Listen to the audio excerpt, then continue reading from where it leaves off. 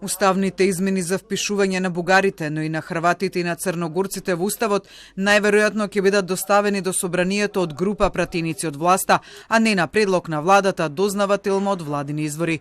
Уставните измени на кои се обврза Македонија со протоколот со Бугарија за спроведување на договор за добрососедство ќе се туркаат преку пратениците по примерот на легитимитетот кој го бараше владата од собранието и за усвојување на преговарачката рамка со Европската унија.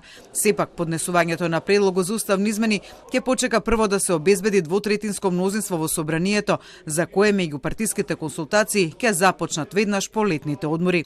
Инаку процедурата за уставни измени предвидува предлог за измени да може да достават председателот на државата, владата, најмалку 30 претеници во собранието или 150.000 граѓани. По доставувањето на предлогот ќе биде потребно двотретинско мнозинство во собранието за отворање на уставот и стартување на собраниската процедура за промена на уставот. Процедурата за носење уставни измени вообичаено трае од 3 до 6 месеци.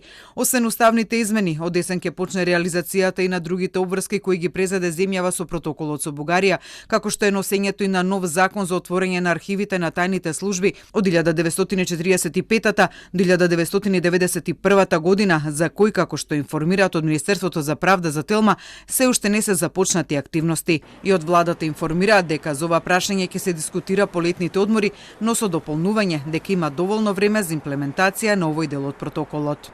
Се работи за сериозен процес во кој ќе треба да бидат вклучени повеќе надлежни институции и со заедничка координација да го заокружат. Има доволно време за имплементација на овој дел од протоколот, да се организираме, добро да ги дефинираме работите и да ги канализираме за истите на најдобар начин да се реализираат.